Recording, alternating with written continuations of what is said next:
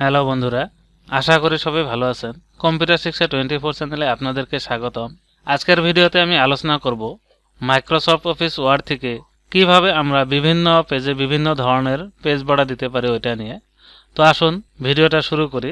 তো প্রথমে আমরা মাইক্রোসফট অফিস ওয়ার্ড ওপেন করে নিব। তারপর আমরা চাইলে পেজে কিছু আমরা টাইপ করে নিতে পারি বা টাইপ ছাড়াও আমরা পেজ বর্ডার অ্যাপ্লাই করতে পারি। তো আপনারা চাইলে আপনাদের ডকুমেন্ট টাইপ করে নেবেন। তারপর পেজ লেআউট মেনুতে যাবেন।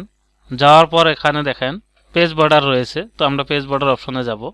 যাওয়ার পর এখানে দেখেন আর্ট অপশন রয়েছে, তো আমরা আর্ট অপশনে অ্যারোতে ক্লিক করব। ক্লিক করার পর এখানে দেখেন অনেক ধরনের পেজ বর্ডার রয়েছে, তো আমরা এখান থেকে যে কোনো বর্ডার অ্যাপ্লাই করতে পারি। তো ধরে নিলাম আমরা এই বর্ডারটি দেব, তো এটা ক্লিক করব। ক্লিক করার পর এখানে ওকে ক্লিক করব। তো দেখেন ওই বর্ডারটি চলে আসছে। এবার আমরা আরও একটি পেজ নিব, ওই পেজে আমরা অন্য একটি বর্ডার দেব। তাহলে আমরা কি করব, এখানে পেজ লেআউটে যাওয়ার পর ব্রেক অপশন রয়েছে দেখেন, তো ব্রেক অপশনে যাব।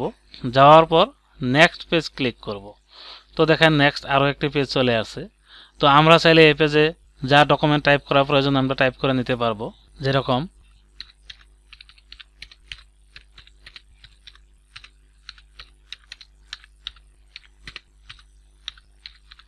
তো দেখেন আমি একটি লাইন টাইপ করে নিলাম। এইভাবে চাইলে আপনাদের ডকুমেন্ট আপনারা টাইপ করে নিতে পারেন।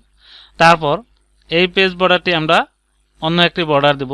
তাহলে আমরা কি করব, এখান থেকে আমরা পেজ বর্ডারে যাব। যাওয়ার পর আর্ট অপশনে যাব, আর্ট অপশনের অ্যারোতে যাব। যাওয়ার পর এখান থেকে আমরা অন্য একটি বর্ডার অ্যাপ্লাই করব। তো ধরে নিলাম আমরা এই বর্ডারটি দিব।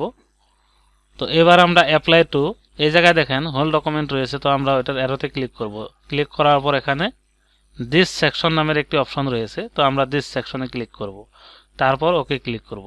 তো দেখেন আগের পেজটি অন্য একটি বর্ডার এবং পরের পেজটি অন্য একটি বর্ডার। এবার যদি আমরা আরও পেজ নিয়ে নেই, তো এখানে আমি আরও একটি পেজ নিব। তো এখান থেকে আমরা পেজ লেআউটে যাওয়ার পর ব্রেকে যাব। ব্রেকে যাওয়ার পর নেক্সট পেজ করব। তো দেখেন তৃতীয় নম্বর পেজ ওপেন হয়ে গেছে। তো প্রথম পেজে আমাদের যেটি বর্ডার, দ্বিতীয় নম্বর পেজে আমরা অন্য একটি বর্ডার দিয়েছি। ওইরকম তৃতীয় নম্বর পেজে আমরা অন্য বর্ডার দেব। তো তাহলে এবার আমরা কি করব, পেজ বর্ডারে যাব।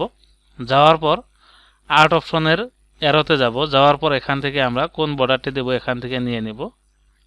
তো ধরে নিলাম এই বর্ডারটি দেব। তো এবার আমরা কি করব, অ্যাপ্লাই টু হোল ডকুমেন্ট, এই জায়গায় অ্যারোতে ক্লিক করব। ক্লিক করার পর দিস সেকশনে ক্লিক করব। তারপর ওকে ক্লিক করব। তো দেখেন এই পেজটিতে অন্য একটি বর্ডার চলে আসছে। এইভাবে আমি তিনটি পেজে তিন ধরনের পেজ বর্ডার দিয়ে দিলাম। তো আমি পেজটি ছোট করে দেখাইতেছি। তো এখানে দেখেন তিনটি পেজে আমাদের তিন ধরনের পেজ বর্ডার হয়ে গেছে।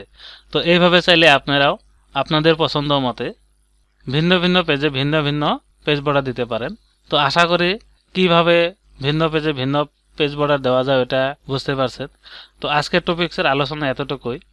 আশা করি ভিডিওটা ভালো লাগলে লাইক করবেন, কমেন্ট করে মতামত জানাবেন, বন্ধুদের সাথে শেয়ার করবেন এবং পরবর্তী এই ধরনের কম্পিউটার রিলেটেড টিউটোরিয়াল পাওয়ার জন্য চ্যানেলটি অবশ্যই সাবস্ক্রাইব করে নেবেন আর পাশে থাকা বেল বাটনটি প্রেস করে ওখানে অল প্রেস করে রাখবেন পরবর্তী ভিডিও নোটিফিকেশন সবার আগে পাওয়ার জন্য।